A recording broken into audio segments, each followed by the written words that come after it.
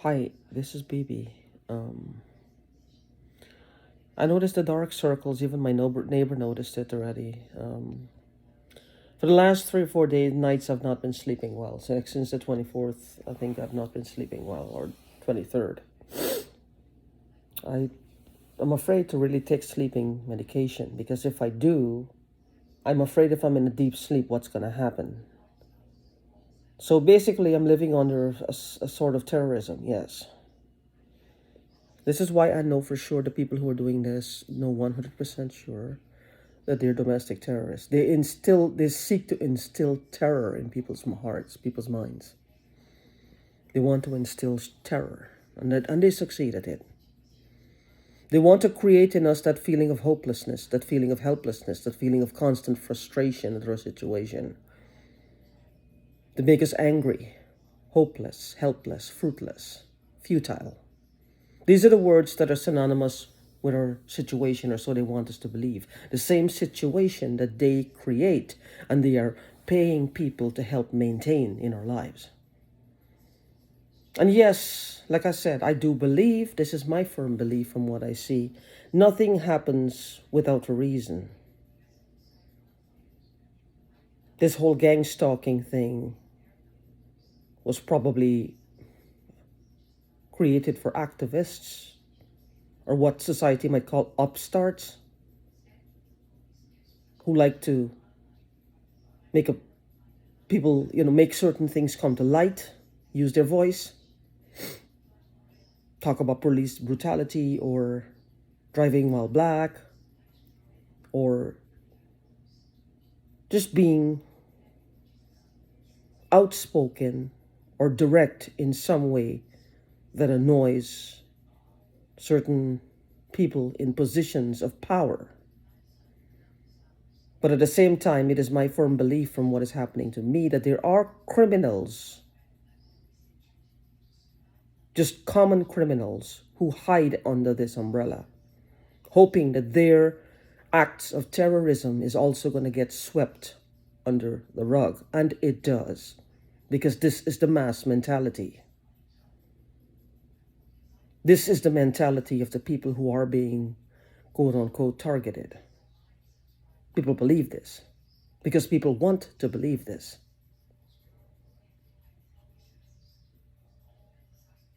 But I don't believe it's one size fits all. I don't believe every situation is coming from the same source here, or every act of terrorism is coming with from the same source. I do believe it happens, and in maybe 60% of the cases, which I doubt, but let's just say, but even if you want to say 80% of the cases, there's still that 20%. This is why they're called criminals. This is why civilians without licenses carry firearms and they shoot at people. Not only the police has guns, not only the police has weapons. Are they supposed to have weapons without a license or guns without a license? No, but they do. They do. See, I'm from a third world country. I grew up watching people get robbed daily outside my house. I had a lot of time to study the criminal mentality.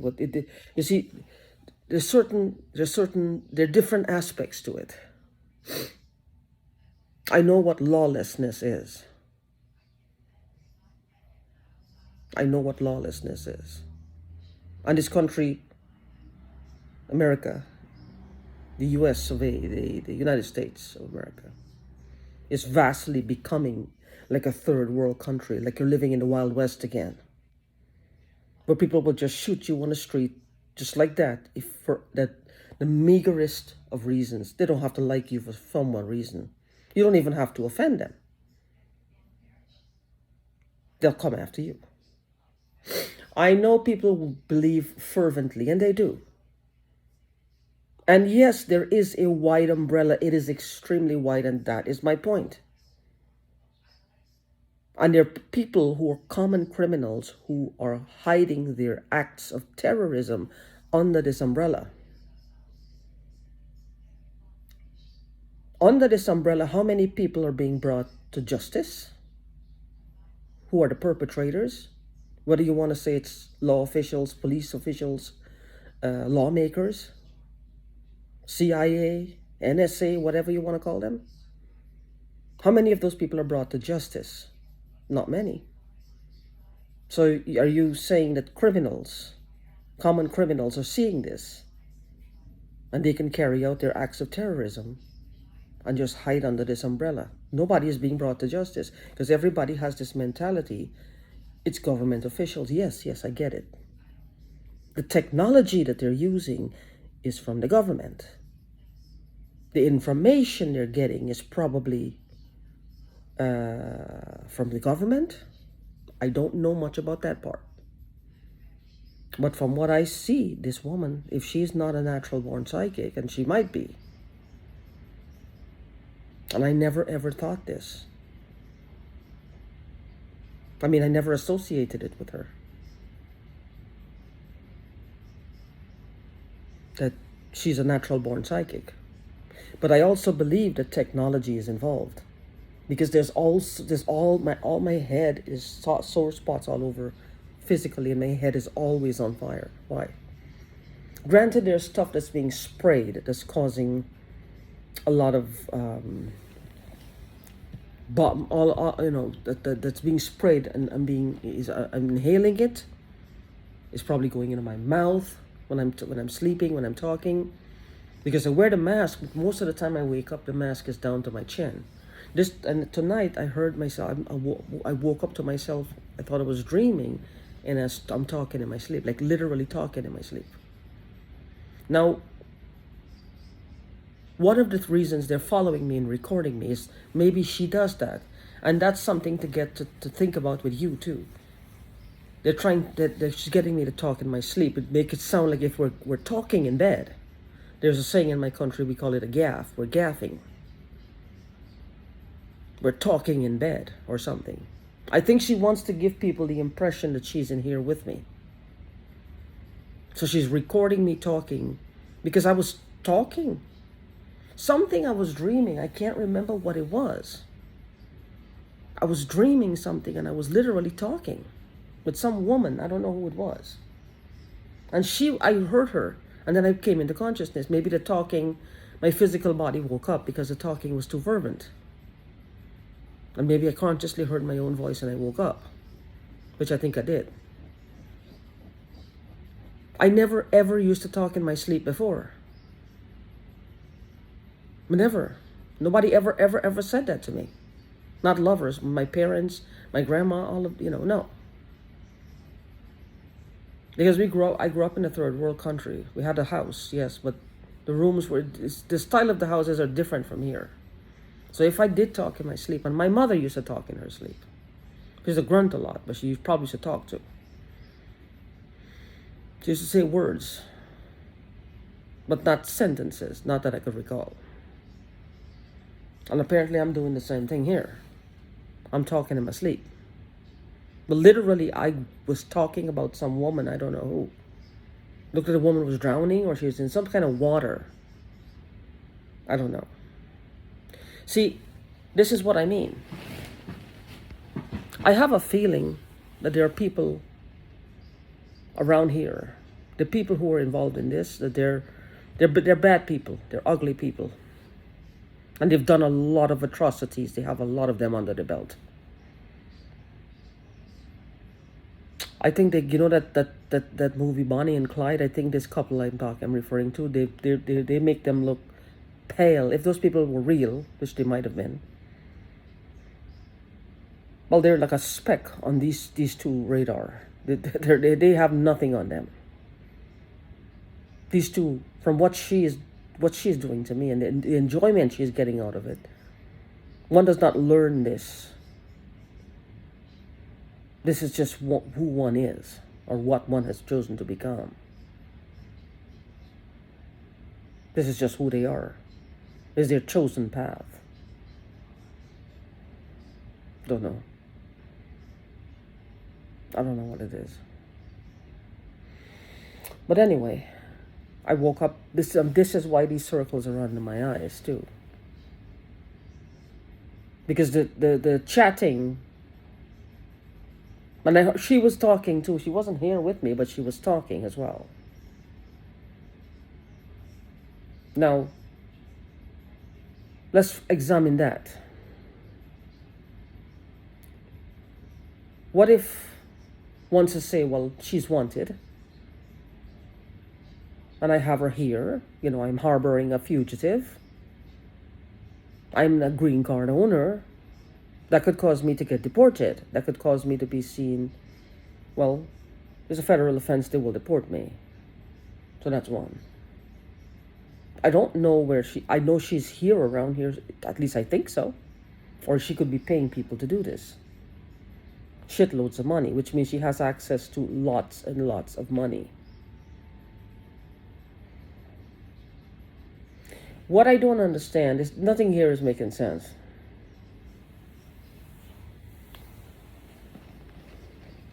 I don't understand any of this. What I don't understand is what they're doing.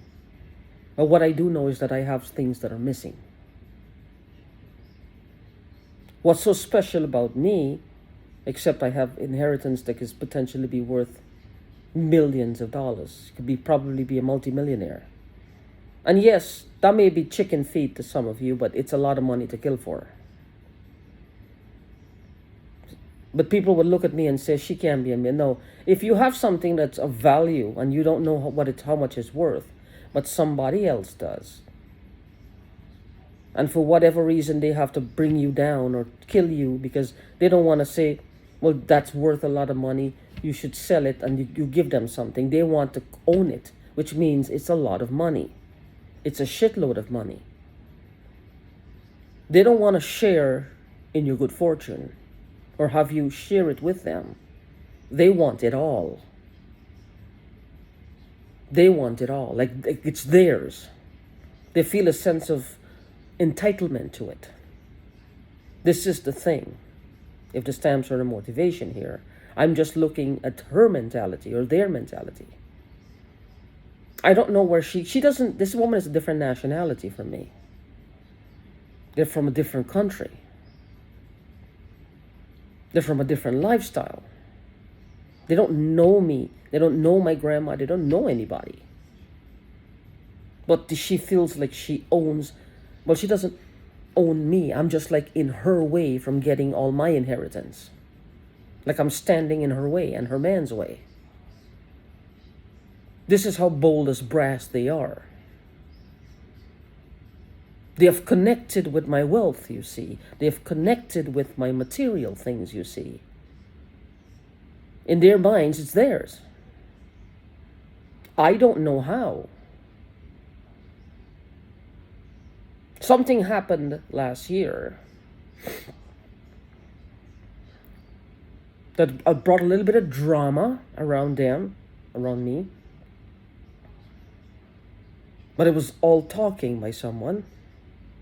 And they were acting out skits as well. So they were on board with what was happening. And I think that they overdid it. They did too much. And they're realizing that. So this is why they want to basically stuff my light out. Because if something goes wrong and people question where they got all this newfound wealth from, it's going to cause a problem. But see, these are people who connect very quickly with other people's wealth. They connect very quickly. They have that ability to adapt to somebody else's wealth or wealth source, to the point where they feel it's automatically theirs, and the person who built it, owns it, inherited, was gifted it, won it, earned it, is just standing in their way. The human with the name that some of this money might be attached to, or it might be in a bank, or it might be an asset, it might be an inheritance that's theirs, is just standing in their way, the way of their wealth. I think they're just colossally lazy. They don't want to work. They don't want to give of themselves. They don't want to offer any physical goods or offer any services that they can provide. They just want everything for absolutely nothing at the expense of our lives. We pay the price for that. Not only will they rob us and clean us out from every physical goods we have that's worth money, but we will pay for our price, our lives with that for them, so that they can feel quote unquote safe. This is a new brand of criminal. This is why I'm saying this. It is my firm belief that yes, maybe this gang stalking thing is racially started out, probably being racially motivated back in the 50s. Mob stalking, gang stalking, where you had all these cars would drive up with all these Caucasian people circling a black person or circling their homes, burning their, put crosses in their lawn, burning the crosses. Yes. Maybe that's how it all got started in earnest. Mob stalking, gang stalking. And it's kind of evolved over the years from then. Because this is my firm belief. There are criminals who get away with everything while they hide in plain sight. They hide in plain sight. Now, the fact that I do have stuff that's missing, I believe has a lot to do with it. If I did not, then I would say something. But there's things that are missing from my life. Things that are missing. Actual things that are missing. So, what do you say about that? You know? And it's more not just one item, it's a whole bunch of items that are missing. It's not just one item that was singled out from the wardrobe. Everything that was in there is gone. Yeah, something is weird. Everything that was in there is gone. So there's also a saying in my country: the stricter the population, the stricter the government, the wiser the population. Meaning, the more restricted the government becomes, as the population look for ways to outsmart them. And this gang stalking, mob stalking, some of it is being orchestrated by criminals. Yes, I know when I say criminals, you talk about law enforcement. You're talking about this wide net. Yes, and it's an extremely wide net. But under this wide net, it may be you're thinking again that it's all from one giant net and it's all connected. And some of it may be. But I know that some of it, and I will take that to my grave. If I die now, I will take it to my grave. Some of it is just regular John Joe and Jane Doe, crooks, criminals, thieves, what have you, hiding under this radar, because it's a good one to hide under, because people are hardly ever brought to justice in here. People are hardly ever brought to justice here. They're hiding under this wide umbrella in plain sight. Like I said before about the banks, there's a string of banks in your town. I saw this on a Flintstone episode. The thieves robbed the First National Bank. They robbed the Second National Bank. They robbed the Third National Bank. Now they had 5 national banks. And the police are wondering, gee, you wonder where they're going to rob now. My guess is would be the 4th one. Now, if they stopped there and another group of people went and robbed the 4th National Bank, guess who they're going to blame for it? The group of people who robbed the first 3. People will they're not going to go looking for other people. They're going to go looking for them. And this group who robbed the fourth one, well, they're home free. They're just hidden under the radar of these people. They cash in on it, on this whole net, this stigma, this whole mass of confusion created by this other group. And they're hiding under the umbrella, and they're committing acts of terrorism against people. Acts of terrorism. This mob stalking, gang stalking, it started a long time ago. It's not a new thing. It's not a new thing. I think a lot of people are blaming the police and blaming the law enforcement officials and the government because nobody is really being brought to justice. Because they're not taking it seriously. They're not taking it seriously. Because as soon as we start talking, the symptoms of what is happening to us make us sound like we're either schizophrenic, bipolar, or drug addicts, or all three of them. Paranoid, schizophrenic. The first thing they say, we're paranoid. They're not bothering to ask us, well, why are you paranoid? Slow down. They take it from there. They're going to start talking over you. Imagine, their mentality is a little bit above yours now. They automatically go into this mode. Like they're talking down to a person who is not all there, not quite there. Like they have to calm them down. I don't buy that. I don't buy that. And the more I learn is the more I don't buy into that. The more I learn is the more I don't buy into that. There are people who are schizophrenic. Go on YouTube and find how many people are feigning schizophrenia too to get away from death sentences when they're in jail. They'd rather go in the hospital for the rest of their life and hang out with other patients and get drugs and just do macrame all day. They would. And they'll be in a jail cell. At least they can not get a gas or needle in their arm. But they can hide under the umbrella of being crazy. You see it in movies all the time, where they pretend to be crazy. What do they call it? I can't think of it now. Criminally insane. They're criminals, but they were temporarily insane at the time. Yeah, I can fly into a rage, yes. But I don't think in my rage I will hurt anyone else, because I usually will probably, I don't know. When I hit the wall though, my hands hurt, so I don't even want to do that if I go to hit the wall.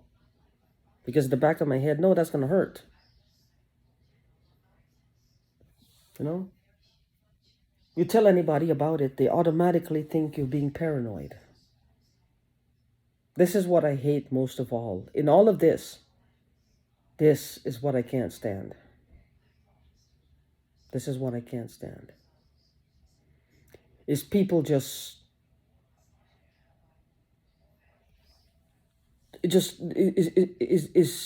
how they look at me when I say something. They don't know what's been going on to me, what's been happening to me. They don't know what I've been going through.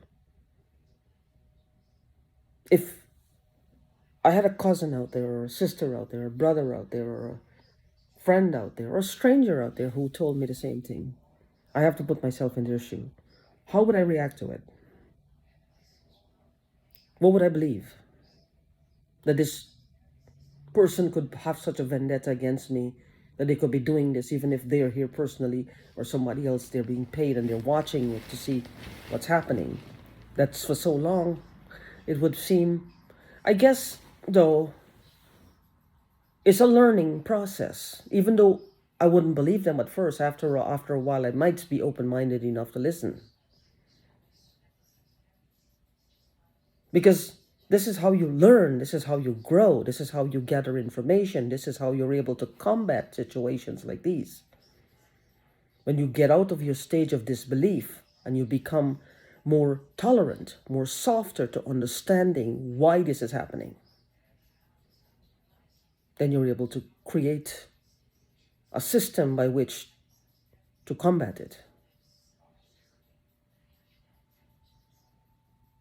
This belief, this mass belief that it's something that's so beyond our capability to bring to justice, it's not going to help. It's not going to help. It's this solidity in this belief that you cannot escape, that escaping this situation we find ourselves in is futile, fruitless. Why bother?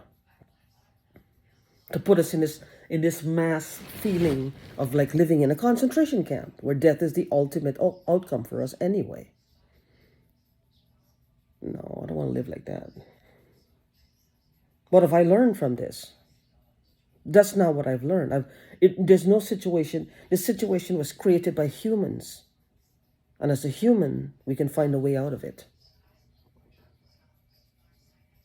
There's nothing that is carved in stone or ironclad. Nothing. Nothing. Always remember that. But this talking in my sleep is making me, wondering what she's doing, what they're doing.